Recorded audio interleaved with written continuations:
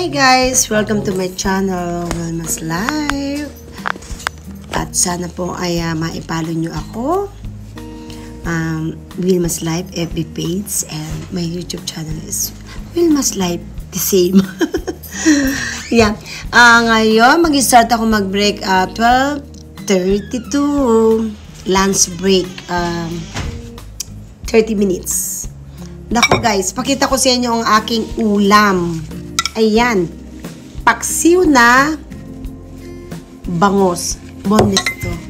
Hindi siya buo. Yan yung parang daing na binili ko sa Hong Kong na boneless siya. Wala siyang tinik. Kaya talaga naman na yan ang binili ko para masarap. Kasi pag buo, yung marami siyang tinik.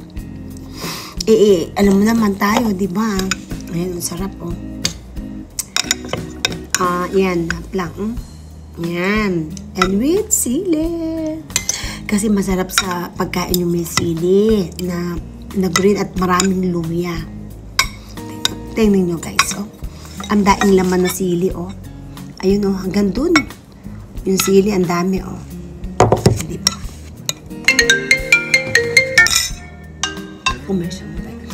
Hello, Annie!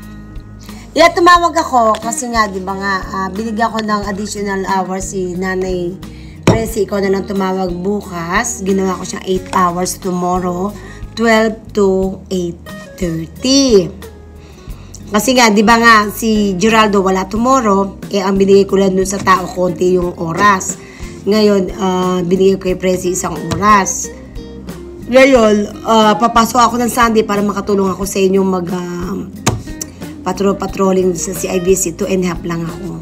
Kasi after doon, dikatlon ako. Pwede makasabay sa'yo. Bukas, 7 o'clock. Sige na. Ikaw naman, 2.5. Di ko lang kayo matiis. Tama-tama naman. Sabi ko, Olga, sige. Yung natirang oras, sa akin ko na lang ibibigay para makatulong ako sa Sunday, CIBC. Makapagwalis-walis dyan sa kapaligiran.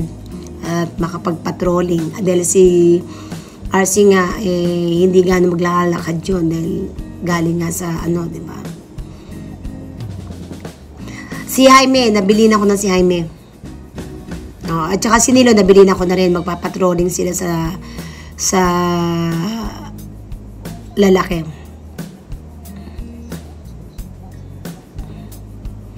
Basta ginawa ko siya alas 12. Siguro. Hindi, oo, ha? O, sige. Okay, bye. O, diba? Commercial pa ako. Talaga naman, may commercial pa tayo, yan, no? Ganyan naman, every time na kakain ako, may cold call, hindi laguutos. Yan. As a supervisor, kailangan, kahit kumakain ka, pwede ka istorbuhin. Diba? That's it. Thank you, Lord, sa biyayang ito. In Jesus' name, amen. Harap. Ayan lang guys, hindi na ako nagpapatis. Kasi, alagaan natin ang kidney. Pero, at least, okay na ang kidney ko. Kasi, nag-less po ako sa asin. Nag-less po ako sa patis. At sa mga chichirya na inaano natin, kailangan binabasa po natin yung nutrition doon, yung ingredients. Kung masalty pa, yung maraming sodium, binibili kong chichirya yung less sodium. Kaya maging aware din tayo sa ating mga kinakain. Yan. Kasi kailangan din yun na mahalin natin ang ating mga katawan, ang ating mga sarili. Kasi sino pa magmamahal niya kundi tayo rin may sarili. May mga anak nga tayo, hindi naman nila alam kung ano nararamdaman natin. May asawa tayo, pero ikaw mismo ang nakakaalam sa sarili mo. Kaya, just love yourself. Sabi nga. Diba?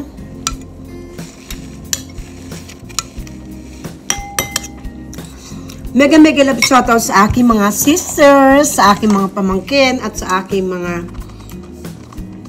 pinsan, apo, at mga tito, tita, at sa mga lahi ng side ng asawa ko at sa side ko. Nako, marami po kayo. Kayo na po nakakaalam niya kung sino kayo. At saka ingatan tayo ng Lord sa bawat araw ng ating tinatahak sa mundo.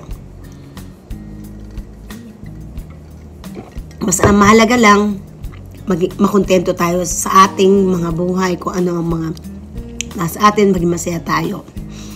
At be happy always. Have fun. Sabi nga ng aking boss na kahit nagwo-work ka, maging masaya ka.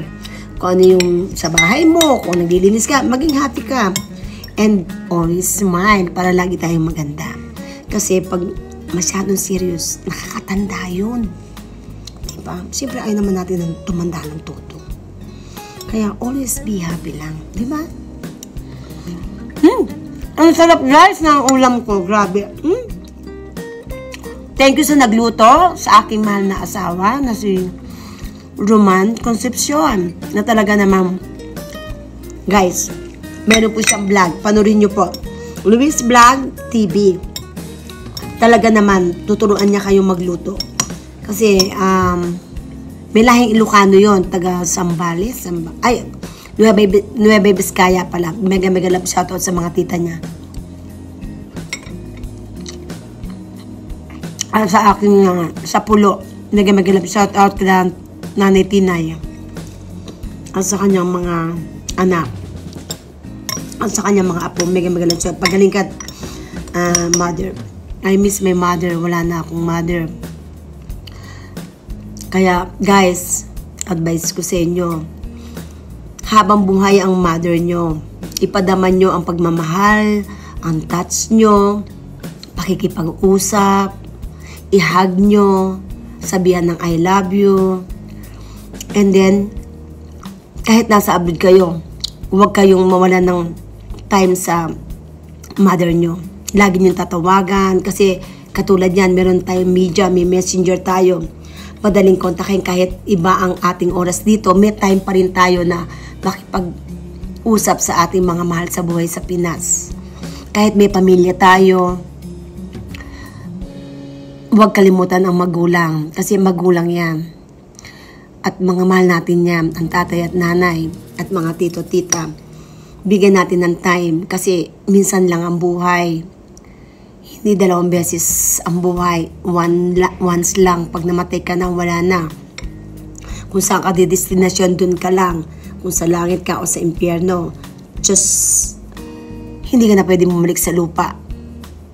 Kung saan ka man pupunta. Kaya, guys, bilang,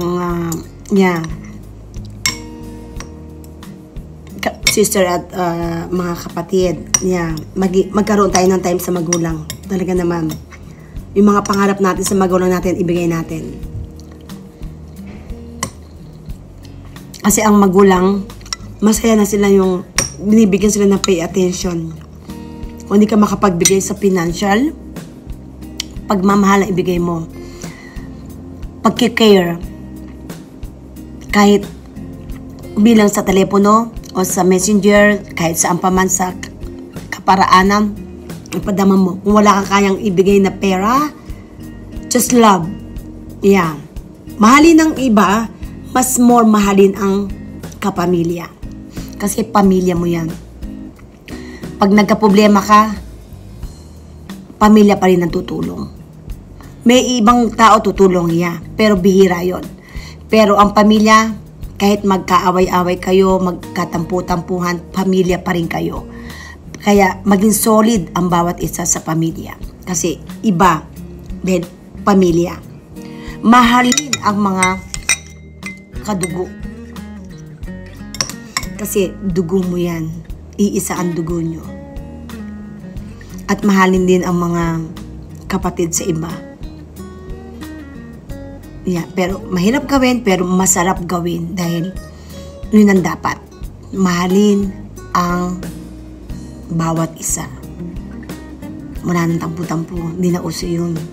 Kung may tampu man, sabihin mo. And telling the truth. And magkakais kayo. Mahirap yung magkakapatid na taon hindi magbatian. It's not good. Ayaw na ng Lord yun. Hindi kalulugod ng Lord yun. Kung may mga tampo, i-release.